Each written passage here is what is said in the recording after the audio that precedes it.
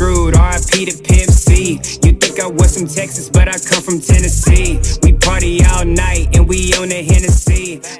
If you're just starting out in your journey as a colorist, one of the things you'll be asked to color grade almost every other time is music videos. It might be from your friends or from your colleagues. It might be from a rapper in your neighborhood. As a solo filmmaker, you want to be able to shoot and color grade your work. That's how I started learning color grading. I was a cinematographer and I also wanted to be able to control my colors through the pipeline. So in case you're just meeting me for the first time, my name is T Saints. I'm a cinematographer and a colorist, and most importantly, I am a lazy filmmaker. And on this channel, I help you become better with cinematography, lighting, and color grading. I'll be showing you how to really take stuff that look like this and just push it to the next level. This is not something I shot. This was filmed by a cinematographer friend called Barney, but the video was directed by another friend of mine, Emmanuel Bekele. So super shout out to these guys. This was well shot, beautiful project. I think it was filmed with the ARRI. I'll be using this as a teaching material just to show you what would happen if I was the one color grading this, some of the things I would do, the decisions I would take, and hopefully you get to learn something from there. I'm going to play through just so we see what we're working with.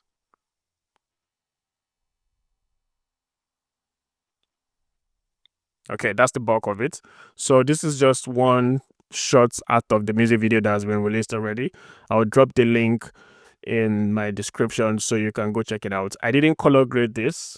However, I asked him if I could use some of the shots to show you guys how to color grade a music video, and he gladly said yes. So big shout out to Ima. You guys should say thank you to Ima in the comment section. Okay, so let's start to color grade. Now we've seen our shots, and in usual fashion, I've picked my hero shots. Now again, let's build a node tree. Usually I will use something I've worked on before. In short, let me just go do that. So I'll come to my gallery, come to my power grade, and just select one of these guys, just so I can create my node tree. See? Done. I'm not going to use any of these things here. However, I just like to have like a node tree created. But for the sake of people that are just joining me, maybe we should create this from scratch and, just get everything clean. And yeah, let me delete everything. Okay, I'm sure the guys that have watched my videos a lot will be like, oh, don't go again, don't start from the scratch. But let's welcome the newcomers, right? Let them see how we would build our node tree. So this is our software. We're going to start building the node tree from scratch now. And there's something off about my interface. I'm going to reset this. Great, that's more like it. Let's just check that everything is fine. Display qualifier focus. Come here and change this to, hold on, not this one. Okay. We need to tell it to show skin tone indicator. Then I like to show like 2x zoom so I can see my colors very well. Okay, so let's start coloring. I want to believe that you guys are a bit familiar with DaVinci at this point, so I'm not going to go through the basics. If you like to see a video that starts from, shows you everything from ground up, I'll be glad to do a series of videos. For now, we're just going to jump straight into creating this color. So let's create our node tree as usual. Let's go with first one, second one. This is what? This is going to be our IDT. And guys have been here before. This will be what? ODT. Let's go. Now I feel like a teacher in a classroom. Well done, good job. Okay, so we're going to create more nodes now. So serial nodes, again, if you're new here, right click this and come to add node and add serial. But we're using my panel, so let's just go serial. Clean up node graph. Create one more, and then make parallel. Clean my node graph again. I'll show you guys what this entire process is. I've done this a lot of times already. I don't want to waste your time by repeating it. Okay. Then bring this down. Create serial. Let's bring this down actually. All right. When I say clean up, there you go. Yeah, that looks good. Okay, lift this up. Now let's start naming them. In usual fashion, this will be my exposure. This would be my contrast. This is not the only way to do this. This is just the way I do this. And this is the way I like to teach it. So this is HSV saturation. I don't use a normal saturation. I've said this times without number in my previous videos. You guys can watch my other videos also, so you have like an idea of how I process and my thought process behind these things. Then here I come to balance, and this will be my what? Set it. Correct guy. HSL. This will be my skin. This would be, what should we use this? Let's just keep this for something else. I'll keep this for something else too. I'm going to do my grain. Sorry, look adjustments here. Here would be what? Let's go for glow here. Here, let's go for halation. And here, let's go for grain. And because I would like to use the film look for this color grade, we're going to create one more node after this one. And we'll call that node our Kodak. Okay. All right, so let's go. When we go to IDT, what I need to do here is come to Effect, Color Space Transform. Where are you? Come on. Okay, I'm going to reduce this. Color Space Transform and drop it in the first node. It's trying to hide, but can't work. I got you. Come back here, come to ODT, Color Space Transform, and that would be what I need at this point. So here, I think this was shot to the array. I'm not very sure now, but I think it was shot to the array. So I'm going to use the array wide gamut. Let me try 3. Okay, I prefer 3. Then here we'll come to the array log C. Let's try this one. Or we'll come to this. I prefer this one because of the contrast already. So let's use this one. This is too bright. Let's use this. Okay. Then output color space. Before that, again, let me check here. Color management. I've not set these things to stay consistent because this is a new computer. So, and I've been too lazy to just sit down and reset everything. But my timeline color space, I'll put that to, is always in DaVinci wide gamut. Here. Then I'll put this to Rec 709 gamma 2.4. Okay. And save it. There you go. Then come here, output color space. Let's see what happens when I tell it to go Rec 709 2.4. Okay, good. But that's not what we're doing now. We're going to make this DaVinci wide gamut. So let's go to DaVinci wide gamut. And again, the reason why I do that is because I want to work in DaVinci wide gamut space. I want to work in a color space that is bigger than Rec 709. Then convert. So start my conversion. I'll talk about color management in a different video, but I want to like send my files from array into DaVinci Intermediate or DaVinci Wide Gamut, then take it from DaVinci Wide Gamut into Rec 709. Okay, so that's that for the input. I'll come to the output now and change my input color space to DaVinci Wide Gamut and come here to DaVinci Intermediate. The output color space, I'll come to Rec 709, and normally I'll go to Gamma 2.4. Normally, okay, I'll go to, ideally if I wasn't using the film look, where's Gamma? Where's G? Gamma 2.4. That's what I would do ideally. But because I want to use a film look, this film look would expect me to change this to Cineon film look. If you don't do this and you use a film look at the end, a film LET, it's going to look weird, and I will show you how that looks. So let's right click this, come to LET, come to the film looks and use the Kodak 2383. So that we use this one, and you can also see it here. If you come here, you can see it here, film looks, and you can decide which are the film looks you want. If you look at it, if you scroll through, you can see the color. This is warm. This has like, the tints in the sky. This is, a bit cooler. There are other looks, but these are like the ones that most people, really like to use. So what happens if I use this, for example, and I don't put this in Cineon? If I do Gamma 2.4, see what happens. It looks like trash. So let's not do that. Let's not do that. Okay, so we've converted this properly now. And just so I can tidy my timeline, I would select this tool and make it into a compound node. And then just rename that compound node into, and rename this into, let's say, film look. Good. All right, let's bring this down. I just like to be a bit organized sometimes. Okay, so now let's go into the grid proper. The first thing I would do now that we have the film look I'm looking at the shot with the film look. What I want to start doing is starting to like just clean up things and make sure that everything I'm working. This is very weird. I don't know why this happens sometimes. It's because I'm using one screen to record.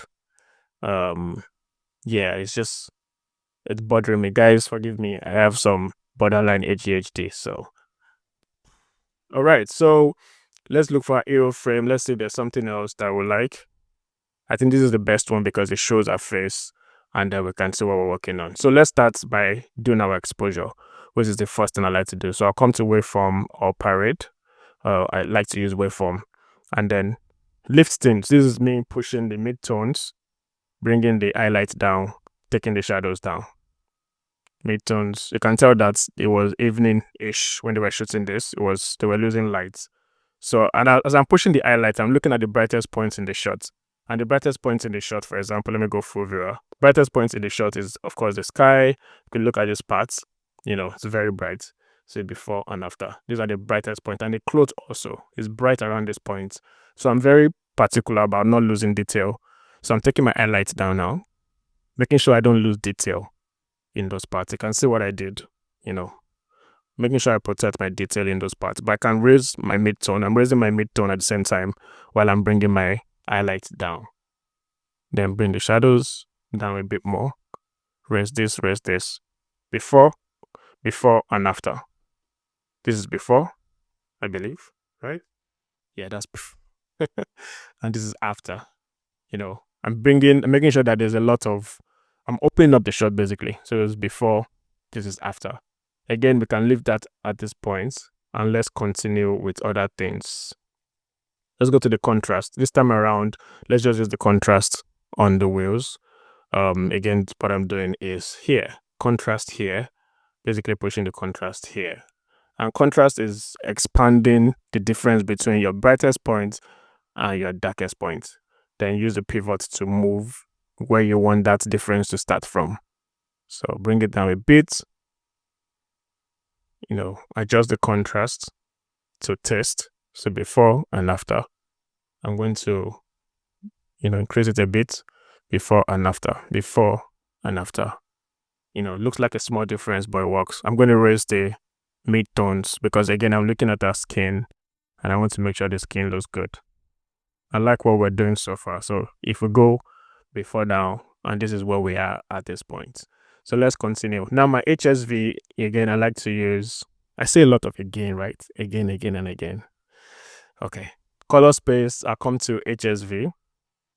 Then come here, channels, remove channel 1, channels here, remove channel 3. What that does is it makes me able to saturate the shots. So if I go to use my gamma now, that becomes my saturation. And this is a more cinematic and filmic. The word cinematic is overused, but I'll say it again. It's more cinematic and filmic to use this style of saturation. And I'm pushing my gamma. See? Can see how it's stretching the colors.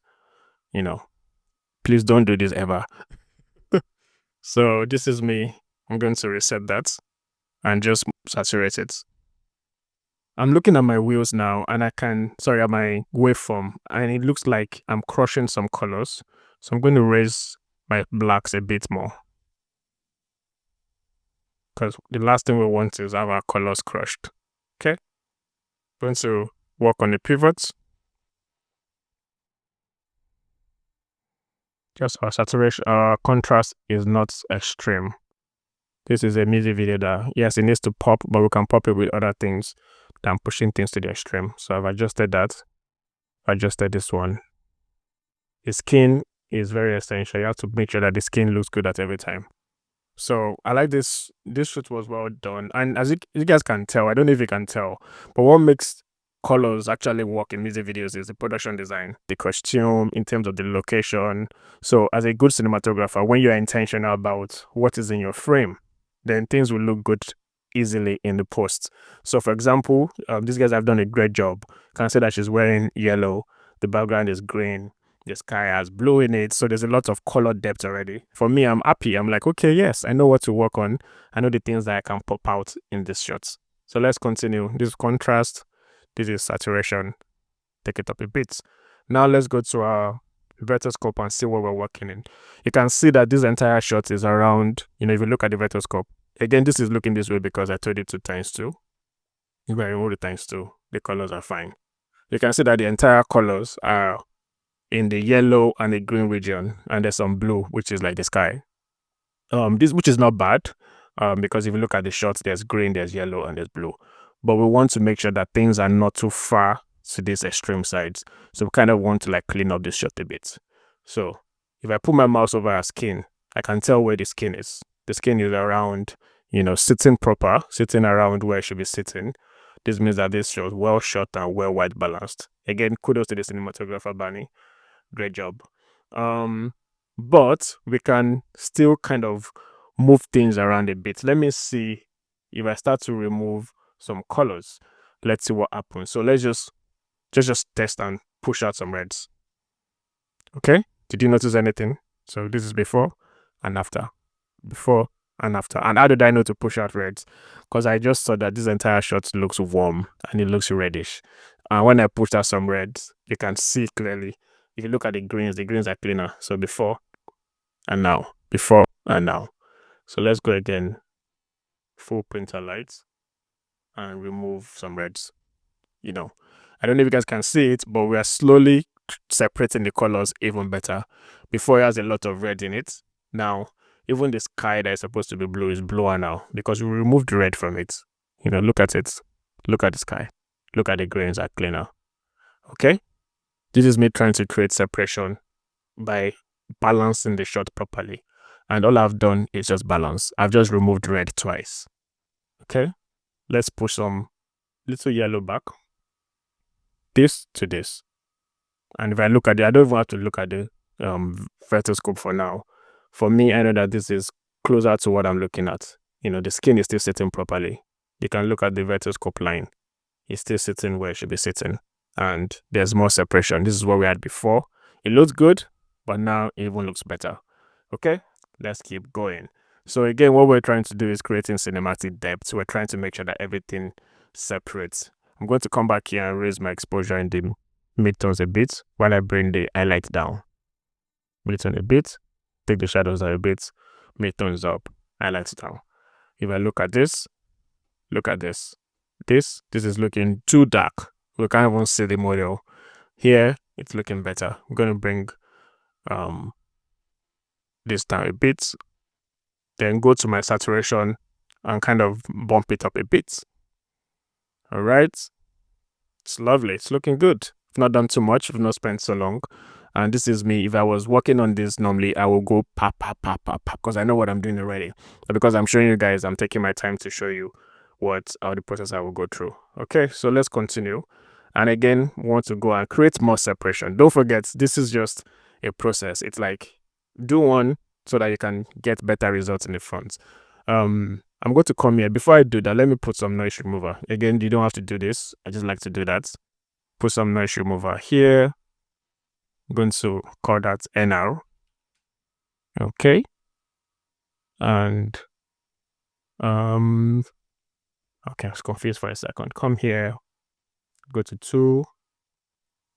And the reason why I just do that at times is because I want my selections to be clean later.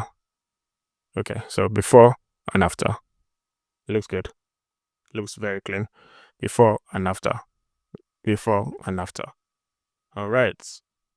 One of the things about the array is that even the noise looks good sometimes. Like you can see that the noise looks clean. Like look at the noise with noise remover. Because array has a filmic vibe in the sensor. So this I've removed the noise. If you look at the sky, especially in the skies, if you look at the sky around here, if I see some noise, And if I clean it up, see how clean it is? See? Clean it up. So this is why sometimes I just use a little bit of it, even though it's an array footage. Okay, let's continue. So now my goal is to create more separation. Right now we started creating separation, but I want to create just even more. And what I can do is to come to my HSL, come to my hue versus hue, and let's select the blue. Okay, and push it. Let's see what happens. So if we start pushing it this way, which I see a lot in upcoming colorists or new colorists. I see this a lot in new colorists. They push things like they just paint the sky. And I used to do this when I started out too. I used to paint it and it looked cool at the time, but it doesn't work anymore. It looks too much. It looks fake. You don't want to do this. You just want to give it a little boost, So let's say you're doing this. If you used to do this before, stop doing it now. Just push your colors a bit, not too much. Let's see what we have before and after. Before and after. Let me see the other direction. If it comes here, you're introducing purple. So you just want the sky to have more color. Okay, good. I'm going to select the yellow. So you can click this yellow instead because these are the color vectors.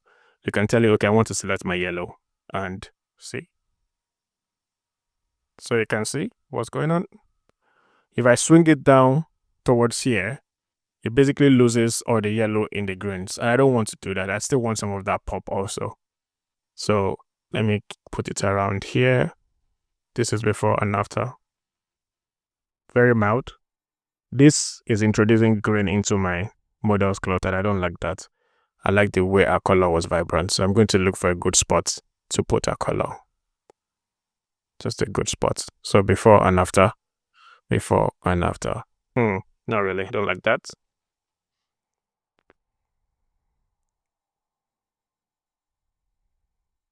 I just want enough green out of our dress before and after. Just want enough. Okay, I like this. Okay, this is good. This works. It's very mild. That's what I wanted to do. Yeah, this works because it's very. This is what it was before, and this is what it is now. I mean, it kind of lifts that color. It doesn't make it just yellow. It lifts it up. And if you look at the vertoscope here, everything was in the greens. It was matching with the greens, but this kind of cleans it up a bit. So see and see. Okay, so let's do reds. Let me look at the reds. If I push the reds all over, you can see that it's affecting our skin. This is what I do to see what I'm affecting. So I'm going to reset that.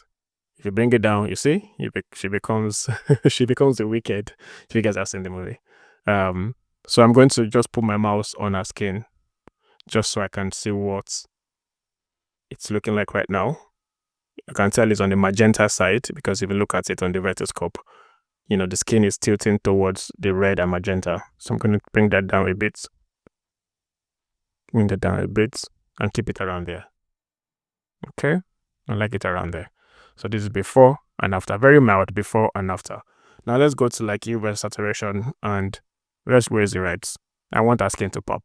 So I'm going to saturate it. I'm going to really, really not push back and just make the skin pop. Okay, so you can see I'm basically putting saturation in the reds. Let's bring saturation into the yellow and see what happens. I don't want too much. So I'm going to bring it just around there. Again, don't be afraid to push things. You can later go back and when the spirit says take it down, you can go back and take it down. But don't be afraid to like push things in the beginning. You can always adjust back. Okay, so right now I'm feeling like, yeah, pop the skin, pop it. Then go to hue versus luminance. And so I want to see what happens. So when I push this up, you can see the yellows are like blown out.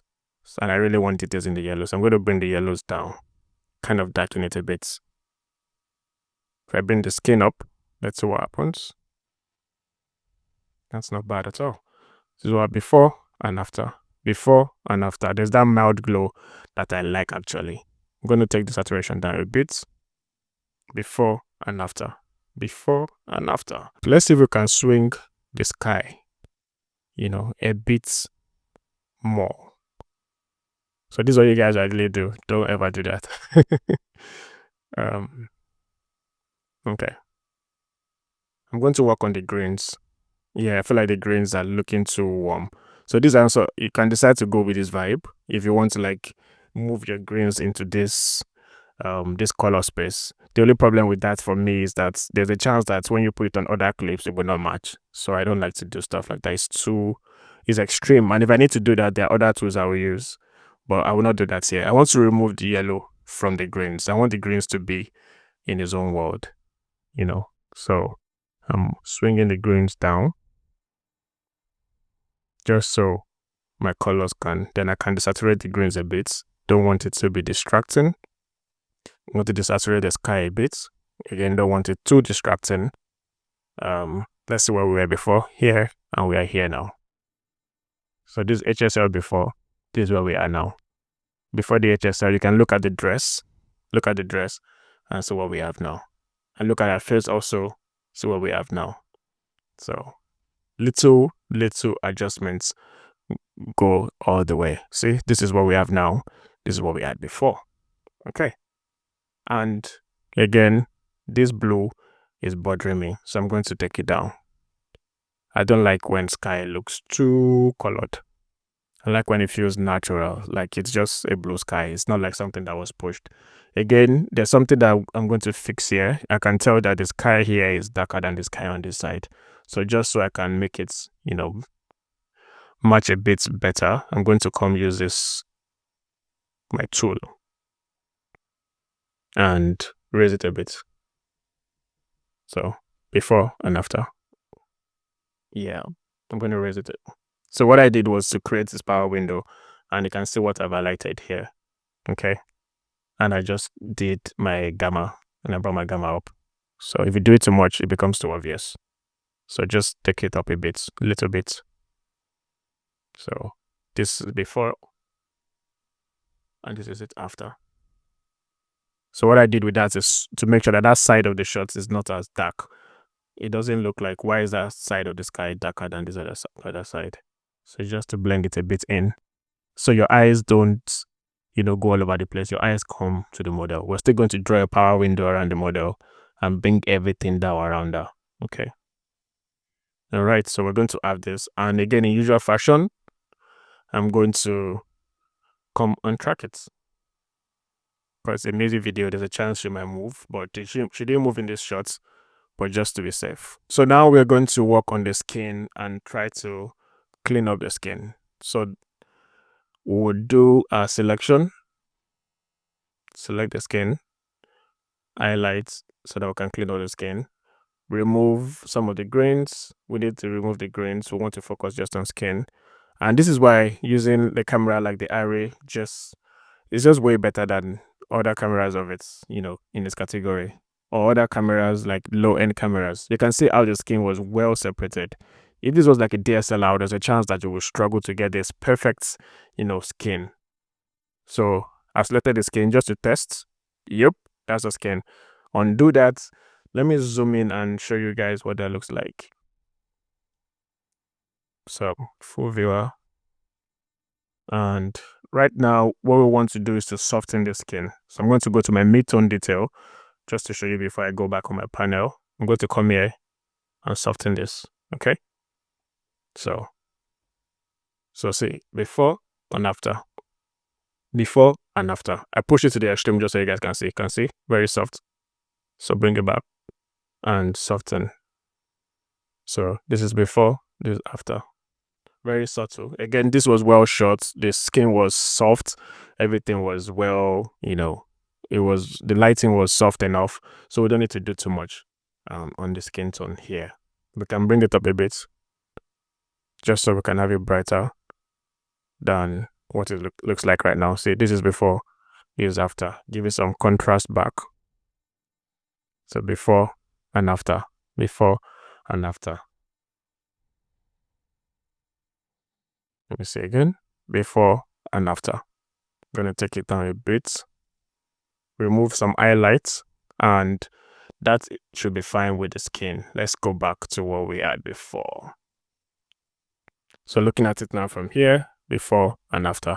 Just a very mild lift to the skin, just to help the skin pop out a bit more. I'm going to take down the mid-tones a bit. This is before and after. All right, so that works. And again, we don't need to do too much, because this is a very good shot already. Now let's come here and put some glow. You might not have glow in your software, and that's fine. You can stop there.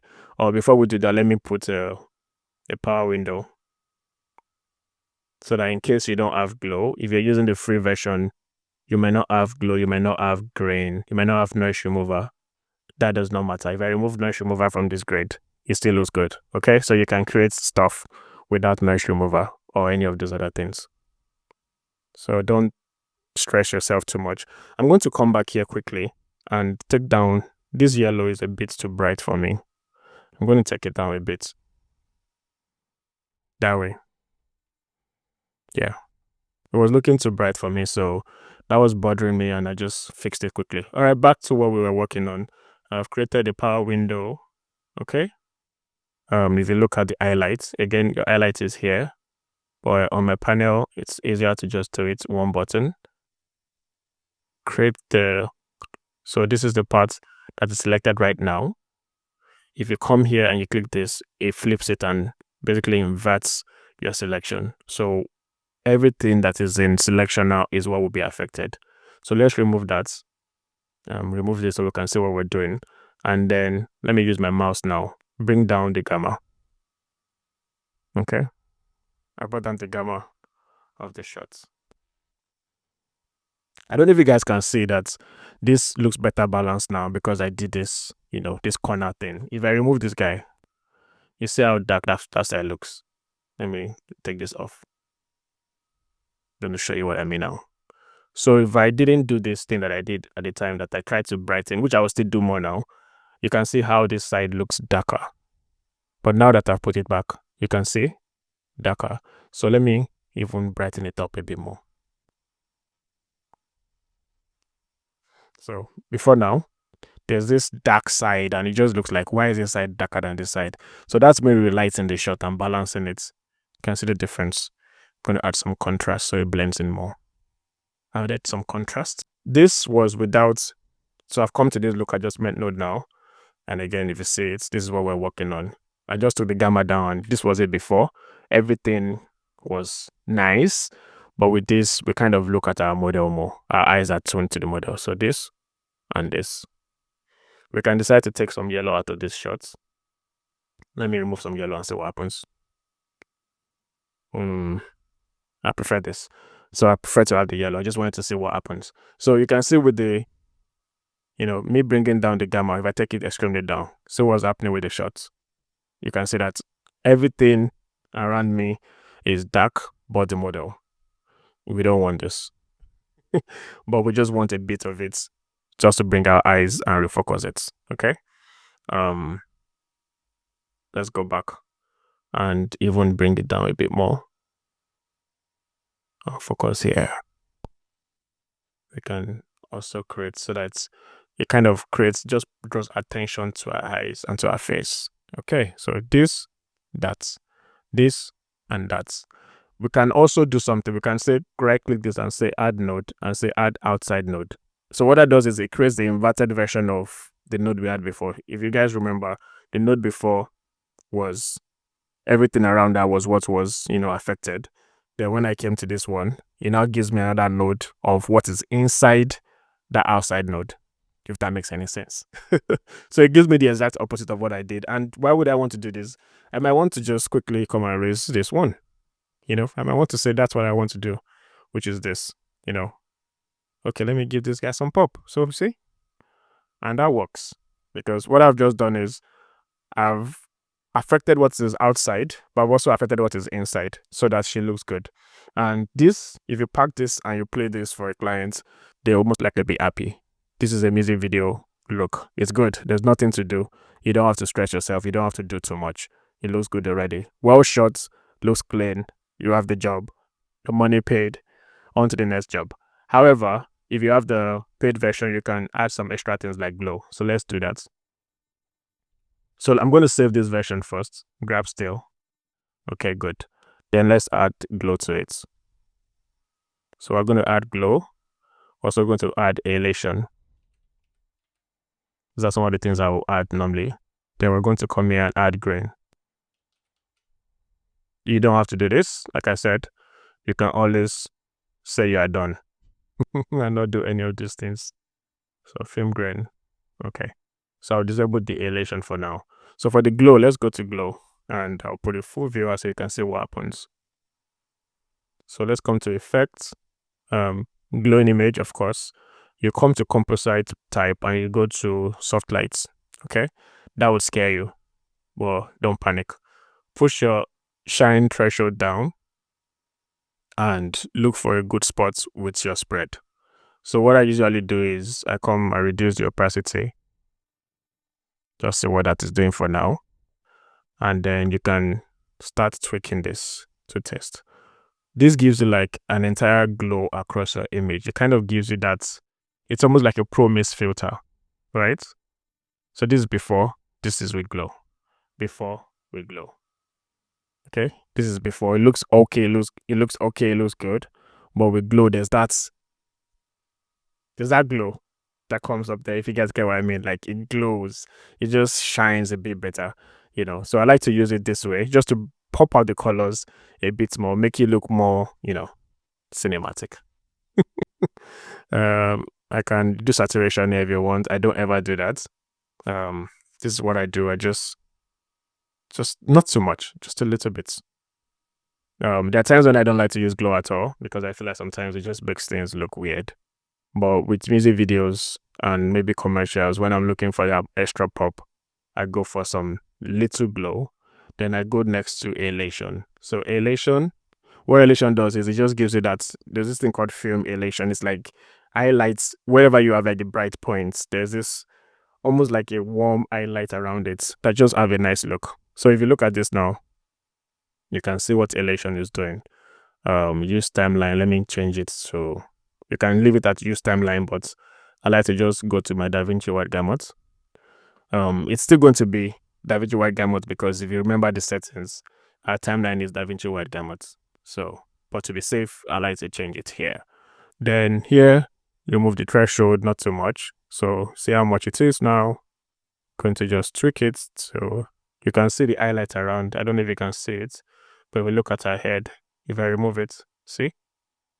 And then I put it back. Come on. Can you see that? Just because that extra film look that removes your digital feel. This, no, I don't use this ever. So this is what I do most times. I come to that threshold, I pull it down. It depends on you. You can decide to mess around and, you know, do a lot of things, introduce a lot of things. I don't. I usually just do my threshold and I'm good. I use this in another software. I don't use this. This is the one that comes with DaVinci Resolve.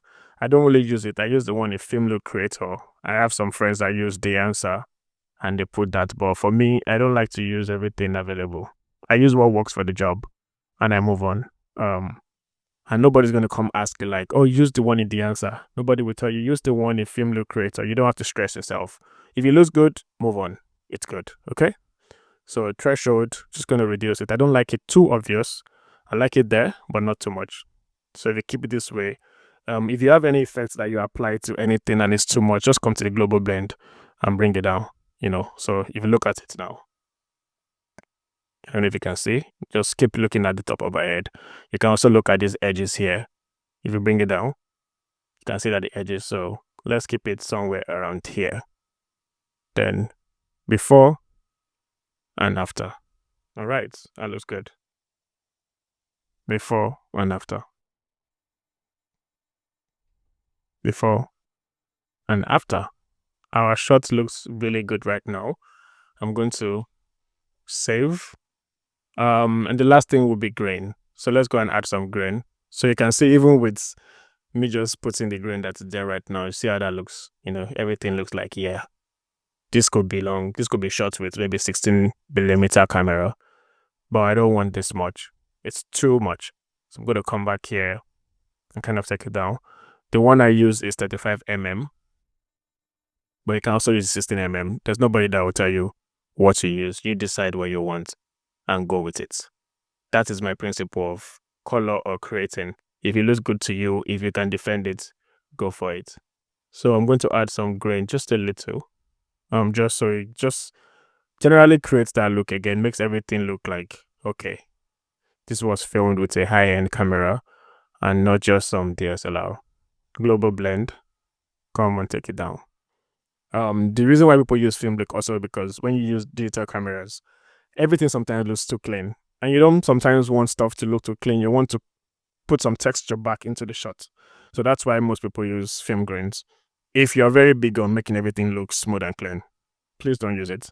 But if you like stuff to look a bit more authentic and original, high-end, then put some grain in it and everybody will feel like you shot with the best camera in the world. This was shot with the best camera in the world, by the way. Arguably, I think Ari is like the best camera in the world. But I digress. For me, this is done and dusted. I'm not going to do anything more. I'm just going to like export this and send. And 9 out of 10 times, they're going to say, wow, bravo, you're good at what you're doing. Sometimes they will tell you, no, it's too dark. And all you have to do is come back here, maybe raise the midtones, or they say it's too bright, then you come and take it down. If anybody tells you to do this, though, don't work with them again. So I'm going to go back to what I had before. I think this is what I had before. Okay. So this looks good. Skin looks good. Everything looks good. Model looks great. I'm going to save this one also. And then let's compare the two versions. And this is just to show you that you don't really need these extra things. Yes, it helps to make the shots look even better. I'm going to compare this version as glow, halation, and grain. And the next version as glow, halation, and grain turned off. Okay. So this and this. Let me go full screen. So this is the one and this one. This is the one with glow. So this is the one with glow, halation, and everything. And this is the one without it. Okay. So see the difference? See the difference? This brings more attention to what's in front. Everything is glowing. This is not bad also. It just doesn't have the extra glow. And I can tell you for a fact that I think both of them would pass if you have to like deliver it to a client. So you don't necessarily need to have like the studio version to be able to create good looks. That's my point here exactly. I'm going to show you side by side now. So side by side, this is the one with halation. This is the one without it. This is the one with glow. This is the one without it. This one has grain. This doesn't have grain. And that's it. Music video done. So let's do a playback now to just see what we have and see how far we've come. So let's go back to our notes. I'm going to disable everything. I'm going to look at it one after the other. Let's put our display transform. So we started from here. This is what we had initially. We had our Rec 709 look. So these are our shots from the beginning. We had this IDT. We had our film look here. Then we went to exposure to balance things up. Then we give it some contrast, give it some saturation. This is where everything started to pop. We went to balance to remove some, make some colors come out. Then we came to HSL and we fine-tuned those colors a bit more. Look at the difference, just very mild. Then we came to the skin tone and we popped the skin a bit. See what we did to the skin. We came here and saw that this side was bothering us. So we brightened it up a bit, this side. We didn't do anything here. Then is there anything we're missing on that side? No. Then we came to look adjustments. I created a power window. Okay. Kind of puts a power window around this and we just made a, stand out from the background a bit more. That's what we did here. We came here and we created another power window to like make her brighter. Then we came and we added glow. We could have stopped here and we'll be fine. We came here and added glow. All right. Then we added some halation. If you look at the edges of what she's wearing, of the veil, you can see the halation here. Okay. And then when we're done with that, we added some grain. So if you zoom in and you look at the details and we take it off, you can see the grain here. Okay. Not too much. You wouldn't zoom in this much also. So we just added some grain. And that's it. And we'll do playback just to be sure our grade is good.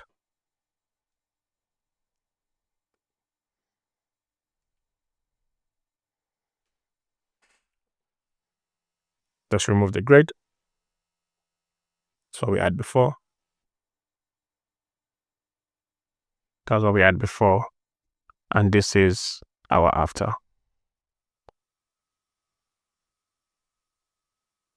If you want to desaturate a bit, if you feel like it's too saturated, which ideally I think, so I'm going to come here and take it down a bit, just a little bit.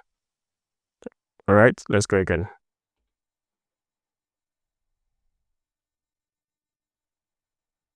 And that's it. So that's it. There's nothing else I would do. The grade is done. Everything looks good. We're happy. Client is happy. Let's go. Done, dusted. Music video color grade finished. You are now a colorist. Go ahead and take my job. If you've been following my videos, you can see that there's nothing strange that I do. I basically just follow the same principles. I think one of the main things to learn is to train your eyes to see where something has a color overcast. So if it's too red, you remove the reds. If it's too green, remove the greens. A colorist's job is to balance colors and then improve some colors. There are other tools that you can use to like really pop things out, like the color slides, you have the color warper and other things, but I'm trying to keep this as easy as possible, because when you start looking at all those tools and all those like very advanced tools, you might get confused and sometimes discouraged to like color. With the basic things that are available with the free version, you can start getting jobs as a colorist. I hope you guys enjoyed this video and I enjoyed color grading this. Every time I color grade projects on this channel, I try to color grade from scratch. Most people would practice first before they do it. I challenge myself, go into the color, no idea how it's going to turn out, and you and I will figure it out as we're working, which is how I think everyone should learn. Jump into it, just practice. Don't try to like perfect your craft before you start like doing it. So if you guys had a good time watching this video, please drop a comment in the comment section. Let me know what you think. Do you like videos like this? Would you like to see more? If you have clips that you want me to like color grade and make a tutorial out of, send it to my email, and who knows, I might just be happy to like show it or feature it in my next episode. I'm kind of tired now and it's kind of late now recording this video, so I'm gonna jump into bed. I just hope you guys had got some value from this video, and if you did, please consider subscribing, like this video, share with your friends, and I'll see you in the next one. Bye.